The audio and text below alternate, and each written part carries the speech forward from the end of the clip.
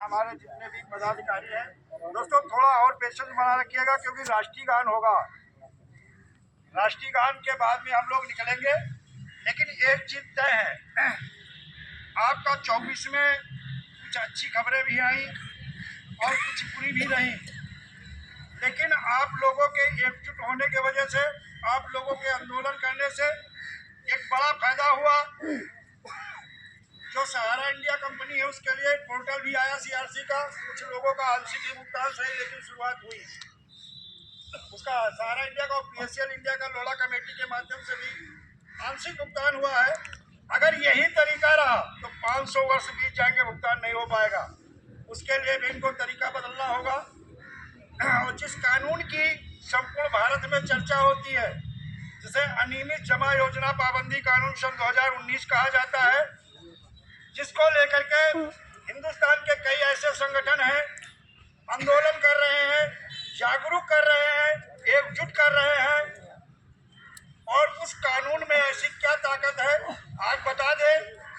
सदी के महानायक अमिताभ बच्चन जी वर्ष 2019 को लेकर के फिल्म बनी है, हम आपको चाहोगे तो दे देंगे। रजनीकांत जी भी, इस कानून में क्या पावर है, उस फिल्म से सारी चीजें क्लियर हो जाती हैं।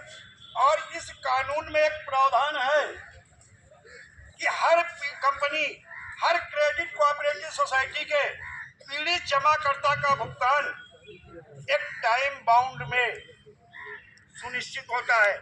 लेकिन जो आवेदन हुए हैं, चाहे तहसील स्तर पे हुए हैं, चाहे जिले स्तर पे हुए हैं, आखिर उनके सक्षम अधिकारी आपके आवेदन पे कार्रवाई क्यों नहीं कर रहे हैं? इसके पीछे जो आपके सामने हर जिले में एक चीज आती है, सक्षम अधिकारी कहता है कि हमारे पास अभी शासनादेश, यही सत्य है ना।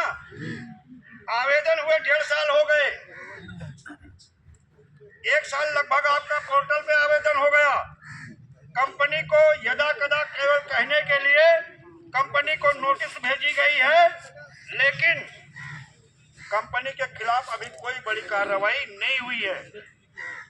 बर्ड्स एक्ट को लेकर के जो अभी अन्य संगठन बोल देते हैं, कड़वा सत्य ये है कि चीफ सेक्रेटरी दुर्गा शंकर मिश्रा को हाई कोर्ट में आपके संगठन ने सन 2023 में तलब किया था।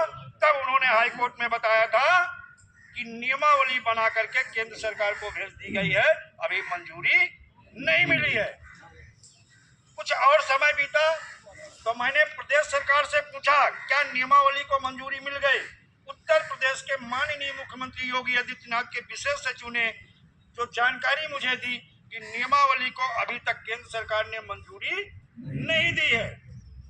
फिर वित्त मंत्रालय, भारत सरकार, सीतारमन जी को मैंने एक लेटर लिखा और सीतारमन जी का जो जवाब रिप्लाई आया बड़ा अच्छा था। और वो ये था कि राज्य सरकार से बात कर ली गई है, बात करने के बाद में मसौदा बना के भेज दिया गया है। अब बजट के तहत राज्य सरकार कार्रवाई करेगी और आपका भुगतान भी सुनिश्चित करेगी। लेकिन बात यही तक नहीं है। राज्य सरकार केंद्र सरकार में पाले में गेंद फेंक रही है, केंद्र सरकार राज्य सरकार के पाले में गेंद फेंक रही है। लेकिन ये क्लियर कैसे होगा? राज्य सरकार कर रही नियमावली को मंजूरी नहीं मिली, केंद्र सरकार बता रहा है राज्य सरकार से बात करके मसौदा बना के राज्य सरकार को भेज दिया गया है। धारा 7 बजट में जो है, धारा 7 में जो प्रावधान है, राज्य सरकार के पास अधिकार है कि सक्षम अधिकारी की नियुक्ति करना, और वो सक्षम अधिकारी की नियुक्ति मंडलायुक्त और सहायक मंडला आयुक्त के रूप में हो गई है। अब धारा 8 क्या कहती है?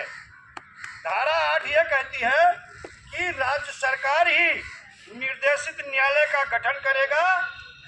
निर्देशित न्यायालय का गठन हो गया है, हाई कोर्ट का आदेश भी हो गया है, लेकिन निर्देशित न्यायालय में सक्षम अधिकारियों द्वारा एक भी मुकदमा अभी बजट का पूरे यूपी में नहीं गया है। अब बात आती है इसे क्लियर कैसे होगा? आज 19 तारीख समाप्त हो गई, लगभग खत्म है, और इसी महीने में उत्तर प्रदेश के चीफ सेक्रेटरी मनोज कुमार सिंह को अगले महीने में हाई कोर्ट में तलब करेंगे और बस एक की अनुपालना सुनिश्चित कराएंगे और किसान दो चीजें हैं जो संख्या बल होती है, इससे सरकार डरती है, और जो हाई कोर्ट सुप्रीम कोर्ट के आदेश होते हैं इस पे केवल शासन और प्रशासन पे प्रेशर बनाया जाता है।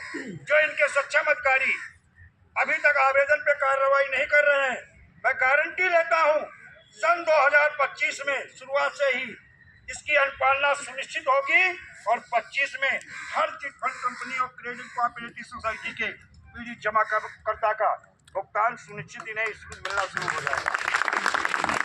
बस फर्क एक इतना है कि हर आदमी, हर बेईमान भी कहता है मैं ईमानदार हूँ, और शायद वही शब्द मैं भी कहूँगा मैं भी ईमानदार हूँ। लेकिन पहचानना आपको है कि कौन ईमानदार है कौन। मैं अभी आपको बता रहा हूँ, पंडित जी देखिए आए हैं जिनके खेतों में कब्जा भी किया गया था, बात की धानादेश से सारा सब कुछ हो गया, ये ईमानदार हैं, आए हैं। आज तक उत्तर प्रदेश में लगभग, उत्तर प्रदेश हो या मध्य प्रदेश हो, लगभग मैंने 150 से 200 अभिकर्ताओं को थाने से, चौकी से छुड़ाया है, लेकिन उसमें से अभी तक एक भी नहीं। यही है ना, ये सत्य है।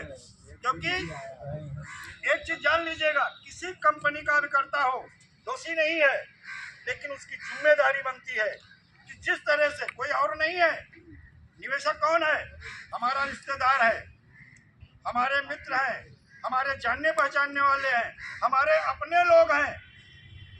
हमारी जिम्मेदारी बनती है, हमारा दायित्व बनता है कि हम हर कंपनी, जो हमारा निवेशक है, उस पीड़ित जमाकर्ता के भुगतान के लिए आवेदन भी कराएंगे, रोड पे भी आएंगे और जरूरत पड़ी तो कोर्ट में भी जाएंगे। ये किसकी जिम्मेदारी है?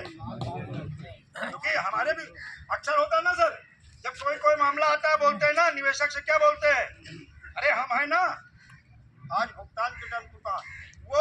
अब एक चीज है, और इसी महीने में उम्मीद है साई प्रकाश प्रॉपर्टी डेवलपमेंट लिमिटेड कंपनी के ऊपर पहली FIR यूपी में आलमबाग कोतवाली से शुरू होगी, और FIR भी होगी, विवेचना भी होगी, और जो सीनियर नहीं आ रहे हैं, हम लोगों को लाके एक ऐसे प्लेटफॉर्म पे खड़ा कर दिया है, उन सीनियरों के खिलाफ भी FIR होगी और उनकी भी प्रॉपर्टी अटैच होगी। और बहुत हो गया, अगले महीने से हम चौपाल लगाएंगे, गांव-गांव जाएंगे, निवेशक और अभिकर्ता को एकजुट करेंगे, एकजुट करके मैंने पहले भी कहा था, हिंदुस्तान में किसी जिले में, किसी राज्य में, किसी कस्बे में 1 लाख लोग एक साथ खड़े हो जाओ, 7 करोड़ निवेशक हैं यूपी के अंदर,